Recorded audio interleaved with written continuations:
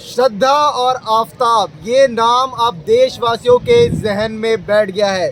जिस तरह श्रद्धा की हत्या की गई, जिस बेरहमी से आफताब ने श्रद्धा की हत्या की, उसमें तहकीकात आगे बढ़ रही है। और अभी मैं इस वक्त मौजूद हूँ महरौली के जंगल से सटे एक तालाब में, जहाँ तहकीकात में ये पता चला है कि आफताब ने श्रद्धा के टुकड़े कर इस नदी में, इस तालाब में फेंक दिया था और यहाँ तलाश जारी है। आप देख सकते हैं, मैं कैमरामैन से दरख्वास्त करूँगा कि ये तालाब कितना गहरा है और जब यहाँ टुकड़े डाले गए होंगे उसके निशान मिलने बहुत मुश्किल है कि कहाँ है। और पुलिस की तहकीकात जारी है और अभी यहाँ खबर ये है कि इस तालाब को खाली करने के निर्देश दिए गए हैं। पुलिस की तरफ से इस तालाब को खाली करने के निर्देश दिए गए हैं। जल बोर्ड, दिल्ली जल बोर्ड की यहाँ गाड़ियाँ मौजूद हैं जो इस तालाब को खाली करने के लिए बोला गया है ताकि श्रद्धा के टुकड़े बरामद हो सके। आपको बता दें कि नगर निगम ने इस पे बोला है कि इस तालाब को खाली करने में कम से कम 1 महीना का समय जाएगा, क्योंकि तालाब इतना गहरा है और आप देख सकते हैं कितना बड़ा फैला हुआ तालाब है, कितना दूर दूर तक आपको पानी दिख रहा होगा। इन्हीं तालाबों में, जंगलों के बीच ये तालाब जाता है, सुनसान सा एरिया है। और वहीं आफताब ने इस संगीन जुर्म को जो है अंजाम दिया, संगीन जुर्म को आफताब ने अंजाम दिया। आपको अगर थोड़ा सा हम पीछे ले चले, इतिहास बताएं इस चीज़ का, तो आफताब और श्रद्धा बॉम्बे में एक डेटिंग ऐप पर मिले थे और जब इस रिश्ते के बारे में उनके बीच में नज़दीकियाँ बढ़ी और जब इस रिश्ते के बारे में श्रद्धा के माता पिता को पता चला तो श्रद्धा के माता पिता ने इस पे ऐतराज़ जताया और श्रद्धा के माता पिता ने आफताब से दूरियां बनाने के लिए श्रद्धा को बोला। पर जब श्रद्धा ने ये सुना और जब श्रद्धा को ये बोला गया कि आफताब से दूरियां बनाई जाए, तब श्रद्धा ने अपने ही माँ बाप से ये बहस की कि वो अब एक बालिग हो चुकी है, 25 साल की है और उसको अपने फैसले लेने आते हैं और उसकी ज़िंदगी में दखलंदाजी ना की जाए।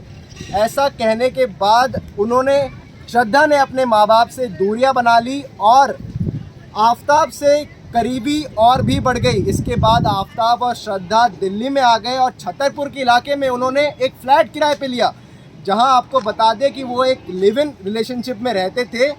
और उसके बाद उन दोनों में नज़दीकियाँ और भी बढ़ी, संबंध गहरे हुए। और जब 18 मई, ये तारीख आप याद कर लीजिए, 18 मई जिस दिन आफताब ने एक संगीन जुर्म को अंजाम दिया, आफताब ने श्रद्धा को मार डाला। ये तारीख आप याद कर लीजिए। जी हाँ, खबर ये थी जैसा कि आफताब ने कबूल किया अपने जुर्म में कि श्रद्धा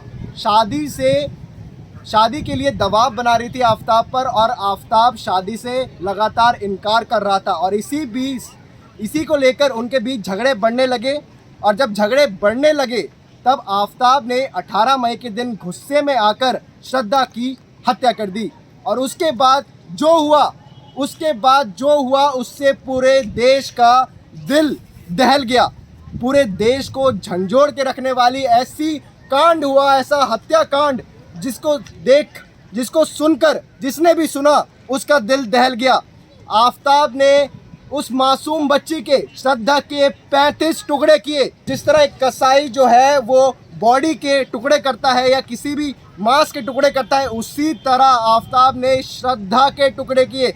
आपको बता दें कि आफताब एक 5 स्टार ट्रेनिंग में शेफ़ की ट्रेनिंग ले रखी थी। उसको काटना पीटना, सब्जियां काटना, मांस काटना, कीमा बनाना अच्छे से आता था। और वही कला उसने श्रद्धा की लाश के साथ किया। उसने 35 टुकड़े किए और आपको बता दें कि उसका सर उसने फ्रिज में रखा था। और सूत्रों से ये पता चला है कि उसने कहीं नदी में, इसी तालाब में कहीं उनके टुकड़ों को फेंक दिया और महरौली के जंगल में इधर उधर वो टुकड़ों को फेंकता रहा, जिससे सारे सबूत मिटाए जा सके। दिल्ली पुलिस को और बॉम्बे पुलिस को गुमराह करने की पूरी कोशिश की गई आफताब की तरफ से।